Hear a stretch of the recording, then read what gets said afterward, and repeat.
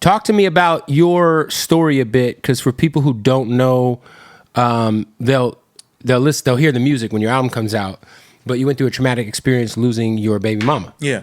Which you've rapped about in freestyles before. Yeah. Before you were signed. Yeah. It's a big part of your story. Kind of share that, if you don't mind, just because obviously I can only imagine what it'd be like losing the mother of your child and then being an up and coming artist, trying to support the kid, trying to be both parents. Like that's that's got to be a struggle, man. No, it was trash for sure. It was trash. We when everything happened, like I was in Arizona, I was, but it happened in California. So it was a tough time. There was no like help. There was no like county county situation that could help me, place me in a home, nothing. And my credit was bad. I had money in my pocket, but no credit. So I was sleeping in the car with my daughter for I want to say 2 months. Damn. And then we figured it out. Don't get me wrong, I was sleeping on people's couches, but my actual place where I was the most of the you didn't time, have an actual this is my house. Yeah, I was in the car for 2 months. And then but you talking about when it happened or after it happened? Just obviously, she passed away from having my daughter.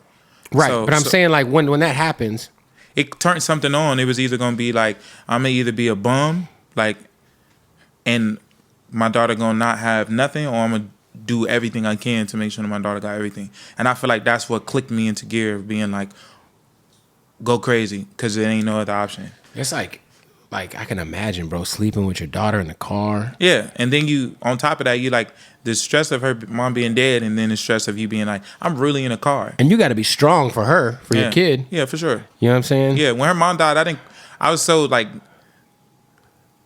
it's probably a bad thing, you know what I'm saying, when I look back now, but when her mom died, I tried not to cry in front of her whole family, because I didn't want them to think I was weak, to be oh, he ain't gonna be able to take care of her. Right. So I was trying not to cry as much, but I'm crying, but I'm just you were getting it out through your freestyles, though. Yeah, I was getting it out through the freestyles. It kind of worked.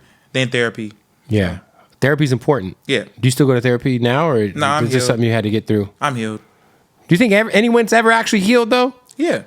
I feel that don't define nobody. Right. Your trauma that you lived through don't define you. I feel somebody else was in that same predicament as me, and they made it out, figured out. So I don't try to wither in the misery too long. It was just all right, for sure. That's a moment of my life. I acted out when it came to how I treated people for the first 2 years, but then after therapy, I was cool. Damn, that's crazy. Sleeping on couches with the baby, trying to figure out where to sleep. If CPS would have found out where we were sleeping, it would have been over for me. I'd have been for sure. Where'd you guys park at night? At times, it would be I would try to find streets that don't have street lights. Right. So it was more like that. We just find a street, and then. And this all in Phoenix? Nah, this is in. It was back and forth. So Phoenix, Phoenix. Let me stop capping. I never slept out there because Arizona Reggie. Shout out to that guy. Yeah. So I never, anytime it was go over there. But when I was in Cali, when I went back to Long Beach, that's where it was at. Damn. And so it was those was the nights.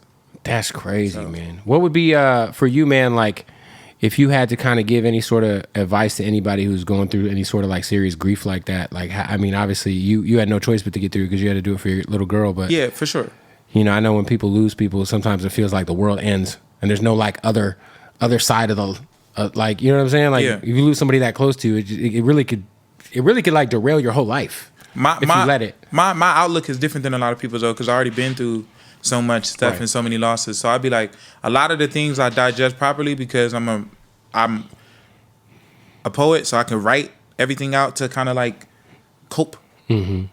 I look at it like it's a part of the story. So everything that happens, I'll be that was supposed to happen. It was part of the story. It might be fucked up, but it's that's just what it is. Yeah, listen, and it's life if you want one. For sure. You have a song where you address this situation, and it literally made me shed a tear. Yeah.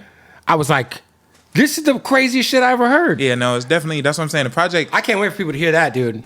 When we get into that, but I want people to also, the reason why we're waiting so long, because I don't want people to sympathize. I don't want them to empathize. Right. So it's I want people to be yo, that kid is crazy. That kid is funny. He's, you know what I'm saying? He's a dope artist. And then you double back and be wait, what is his story? Then you go check out the story. Not, hey, did you hear about that kid who baby mama died? His music is dope. Right. Versus, you get what I'm saying? Do you feel like there was a point in time where people, because that was a lot of the you were rapping about like real life. They boxed me into that.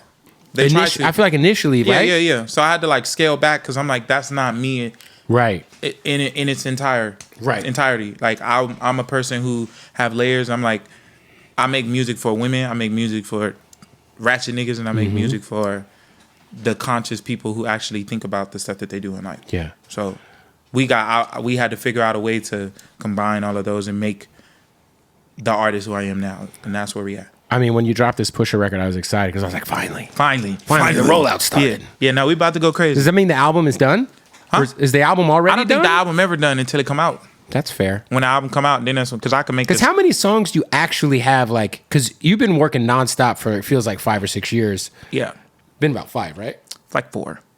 Okay, like right before the pandemic. Yeah.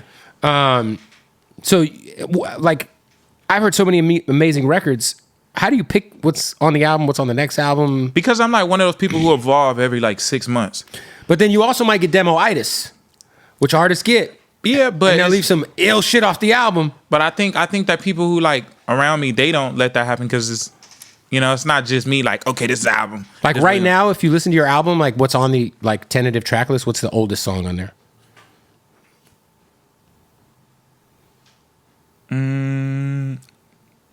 It's a record I got with a big feature. Can't say, but it's like that's probably the oldest record on there. Singer or rapper? Singer. What city they from? I'm not saying none of that. Damn. You try to get that clip, huh? You can't even give me the city? Huh? State? Coast? Coast? If I say it, you're going to know exactly. No. Wait. East? No. South? West? No. North? Oh, north. No. Oh, north? How north? Nah, super north? Super north is crazy. Ooh, super north. Yeah, nah. Ooh. Like Canada. Canada north. Ooh, Canada. Yeah. Oh, shit. You feel me? Damn. Shout out to the Justin Bieber in the weekend. So you got a song with both of them coming soon. Yep. Nice. Good for you. Both of them. There's your clip. I love it. New record. That'll be like, that should be the Canadian national anthem if you get both of them on a fucking record. I don't think they've ever been on a song together. Who? Justin Bieber in the weekend. Why would they do that? I don't know. They have two totally different. They got to do it for the country, bruh. Like for the like, you know what I'm saying? Like imagine if they did like a real Canada anthem. It'd be the softest shit ever. Yeah. But no, I think it would be slap. You think so? I think it would slap. Weekend fire. You know what I want? I want somebody to remake Hulk Hogan's theme song, but make it hip hop. Why? Because it'd be hard. You ever listen to wrestling theme songs while you're driving around? I do. Nah, man, we ain't listening to those. You're not a wrestling fan, obviously. Huh? I watch wrestling. I literally put it on a verse. Who's your favorite wrestler? My favorite wrestler was John Cena. Jesus. Says every 12-year-old. But get off me, because on the I got like Matt Hardy, Jeff Hardy. I put those in like I reference the Hardy that. brothers. Yeah. Yes. I referenced that. Good. I referenced like wrestlers in one of my songs, like a lot of my songs on the project. As you should. You know what I'm saying? Naked Truth. I fuck with Raw. I'm watching Raw. Like The Naked Truth? My Naked Truth. Oh, that's okay. I thought you said that was the name of a wrestler for a second. I'm like, who the fuck is that? R-Truth, you mean? There's a guy named R-Truth. I know who R-Truth is. He's a rapper too. Yeah. Terrible. Who your favorite wrestler? Rikishi? You remember when Rikishi used to put his ass in people's faces? That shit wicked. Crazy. Wicked, bro. If you look back at some of that shit, you're like, dog. Yeah, like, they did this shit on TV. Oh, me, There was a freaky. giant fat He was man the first with a Suki. G-string on. He was the first Suki. Crazy. Just put... When you say the first, like, Sukiana? You know how she be like, she bold with the... Well, she be eating asses. Yeah. Yeah. So, you know. Yeah. Yeah, I mean, my favorite wrestler is Stone Cold. He's right there. Of course he is. Why? Because you have blue eyes. Thanks. And Bray Wyatt. Bray Wyatt's my guy. Rest in peace. Love Bray.